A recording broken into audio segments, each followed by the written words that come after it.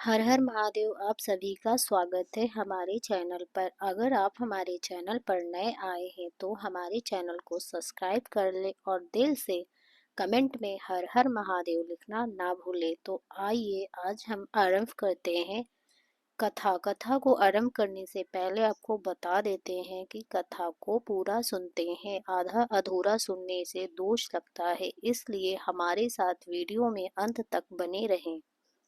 हरतालिका व्रत तीज का विशेष महत्व बताया गया है। विष्णु पुराण के अनुसार भाद्रपद मास अत्यंत महत्वपूर्ण होता है। हरतालिका तीज है सनातन धर्म में भादो मास की शुक्ल पक्ष की तृतीया तिथि को यह पवित्र हरतालिका तीज व्रत रखा जाता है। ऐसी मान्यता है कि इस दिन महिलाएं इस व्रत को अखंड सौभाग्यवती और सुखी दाम्पत्य जीवन के लिए रखती हैं। इस व्रत को सभी व्रतों में से सबसे कठिन व्रत माना जाता है, क्योंकि इस व्रत को महिलाएं निर्जला रहकर करती हैं। कुंवारी कन्याएं हरतालिका तीज व्रत को सुयोग पर वर की प्राप्ति के लिए, अच्छे वर की प्राप्ति के लिए रखती हैं। हरतालिका तीज व्रत के लिए मैके से महिलाओं को श्रृंगार का सामान और मिठाई, फल और कपड़े भेजे जाते हैं। महिलाएं बहुत धूमधाम से हरतालिका तीज मनाती हैं। आइए कथा को आरंभ करते हैं।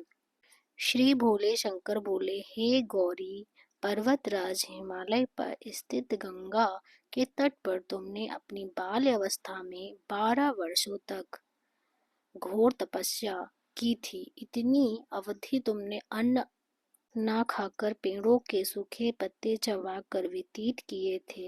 माघ की विकराल शीतलता में तुमने निरंतर जल में प्रवेश करके तप किया। बैसाख की जलती गर्मी में तुमने 5 अग्नि से शरीर को तपाया। सावन की मूसलाधार वर्षा में खुले आसमान के नीचे बिना अन्न जल ग्रहण किए व्यतीत किया समय। तुम्हारे पिता तुम्हारी कष्ट भरी तपस्या को देखकर बहुत दुखी होते थे, उन्हें बड़ा क्लेश होता था। तब एक दिन तुम्हारी तपस्या तथा पिता के कलेश को देखकर नारद जी तुम्हारे घर पधारे। तुम्हारे पिता ने हृदय से अतिथि सत्कार करके उनके आने का कारण पूछा। तब नारद जी ने कहा, गिरिराज, मैं भगवान विष्णु के भेजने पर यहाँ उपस्थित हुआ हूँ। आपकी कन्या ने बहुत बड़ा कठोर तप किया है, इससे मैं प्रसन्न होकर आपकी सुपुत्री से विवाह करना चाहता हूँ। इस संदर्भ में आपकी राय जानना चाहता हूँ। नारद जी की यह बात सुनकर गिरिराज गदगद हो उठे। उनके तो जैसे सारे दुख ही दूर हो गए। वह बहुत प्रसन्न होकर बोले, श्रीमान, यदि स्वयं विष्णु मेरी कन्या का वरण करना चाहते हैं तो भला मुझे क्या आपत्ति हो सकती है। वे तो साक्षात ब्रह्मा है, महेश है। यह तो हर पिता की इच्छा होती है कि उसकी पुत्री सुख संपदा से युक्त पति के घर की लक्ष्मी बने। पिता की सार्थकता इसी में है कि पति के घर जाकर उसकी पुत्री पिता के घर से अधिक सुखी रहे। तुम्हारे पिता की स्वीकृति पाकर नारद जी विष्णु के पास गए और उनसे तुम्हारे ब्याह के निश्चित होने का समाचार सुनाया। मगर इस विवाह संबंध की बात जब तुम्हारे कान में पड़ी तो तुम्हारे दुख का ठिकाना ना रहा। तुम्हारी एक सखी ने तुम्हारी इस मानसिक दशा को समझ लिया और उसने तुमसे उस कष्ट के बारे में जानना चाहा। तब तुमने बताया, मैंने सच्चे हृदय से भगवान शिव शंकर का वरण किया है, किंतु मेरे पिता ने मेरा विवाह विष्णु जी से निश्चित कर दिया है। मैं विचित्र धर्म संकट में हूँ, अब मैं क्या करूँ। प्राण छोड़ देने के अतिरिक्त अब कोई भी उपाय शेष नहीं बचा है। तुम्हारी सखी बड़ी ही समझदार और सूझबूझ वाली थी। उसने कहा, सखी, प्राण त्यागने का इसमें कारण ही क्या है। संकट के मौके पर धैर्य से काम लेना चाहिए। नारी के जीवन की सार्थकता इसी में है कि पति रूप में हृदय से जिसे एक बार स्वीकार कर लिया, जीवन पर्याप्त उसी से निर्वाह करेंगे। सच्ची आस्था और एक निष्ठा के समक्ष तो ईश्वर को भी समर्पण करना पड़ता है। मैं तुम्हें घनघोर जंगल में ले चलती हूँ, जो साधना स्थली भी हो, और जहाँ तुम्हारे पिता तुम्हें खोज भी ना पाए। वह तुम साधना में लीन हो जाना। मुझे विश्वास है कि ईश्वर अवश्य ही तुम्हारी सहायता करेंगे। तुमने ऐसा ही किया। तुम्हारे पिता तुम्हें घर पर ना पाकर बड़े दुखी तथा चिंतित हुए। वे सोचने लगे कि तुम जाने कहाँ चली गई। मैं विष्णु जी से उसका विवाह करने का प्रण कर चुका हूँ। यदि भगवान विष्णु बारात लेकर आ गए और कन्या घर पर ना हुई तो बड़ा अपमान होगा। मैं तो कहीं का मुंह दिखाने योग्य भी नहीं रहूंगा। यही सब सोचकर गिरिराज ने जोर शोर से तुम्हारी खोज शुरू कर दी।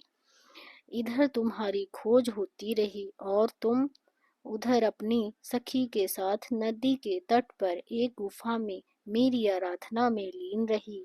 भादोपद शुक्ल पक्ष तृतीया की हस्त नक्षत्र और उस दिन तुमने रेत के शिवलिंग का निर्माण करके व्रत किया। रात भर मेरी स्तुति के गीत गाकर जागी। तुम्हारी इस कष्ट भरी तपस्या के कारण से ही मेरा आसन डोलने लगा। मेरी समाधि टूट गई। मैं तुरंत तुम्हारे समक्ष आ पहुंचा और तुम्हारी तपस्या से प्रसन्न होकर तुमसे वर मांगने के लिए कहा। तब अपनी तपस्या के फल स्वरूप मुझे अपने समक्ष पाकर तुमने कहा, मैं हृदय से आपको पति के रूप में वरण कर चुकी हूँ। यदि आप सचमुच मेरी तपस्या से प्रसन्न होकर आप यहाँ पधारे हैं तो मुझे अपनी अर्धांगिनी के रूप में स्वीकार कर लीजिए। तब मैं तथास्तु कहकर कैलाश पर्वत लौट आया। प्रातः होते ही तुमने पूजा की समस्त सामग्री को नदी में प्रवाहित करके अपनी सहेली सहित व्रत का पारण किया। उसी समय अपने मित्र बंधु व दरबारियों सहित गिरजा राज तुम्हें खोजते खोजते वहां आ पहुंचे और तुम्हारी इस कष्ट सद तपस्या का कारण पूछा, उद्देश्य पूछा। तो उस समय तुम्हारी दशा को देखकर गिरिराज अत्यंत दुखी हुए और पीड़ा के कारण उनकी आंखों में आंसू आ उमड़े।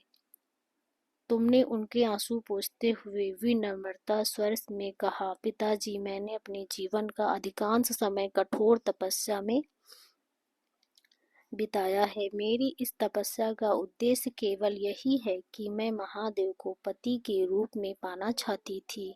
आज मैं अपनी तपस्या की कसौटी पर खरी उतरी हूँ। आप क्योंकि विष्णु जी से मेरा विवाह करने का निर्णय ले चुके हैं, इसीलिए मैं अपने आराध्य की खोज में घर छोड़कर चली आई थी। अब मैं आपके साथ इसी शर्त पर जाऊंगी कि आप मेरा विवाह विष्णु जी से नहीं करके महादेव जी से करेंगे। तब गिरिराज मान गए और तुम्हें घर ले गए। कुछ समय के बाद पश्चात ही विधि विधान पूर्वक उन्होंने हम दोनों को विवाह सूत्र में बांध दिया। हे पार्वती, भादोपद की शुक्ला तृतीया को तुमने मेरी आराधना करके जो व्रत किया था, उसी के फलस्वरूप मेरा तुमसे विवाह हो सका है। इसका महत्व यह है कि मैं इस व्रत को करने वाली कुंवारी कन्याओं को मनवांछित फल देता हूँ। इसीलिए सौभाग्य की इच्छा करने वाली प्रत्येक युवती को यह व्रत पूरी एक निष्ठा तथा आस्था से करना चाहिए। हर हर महा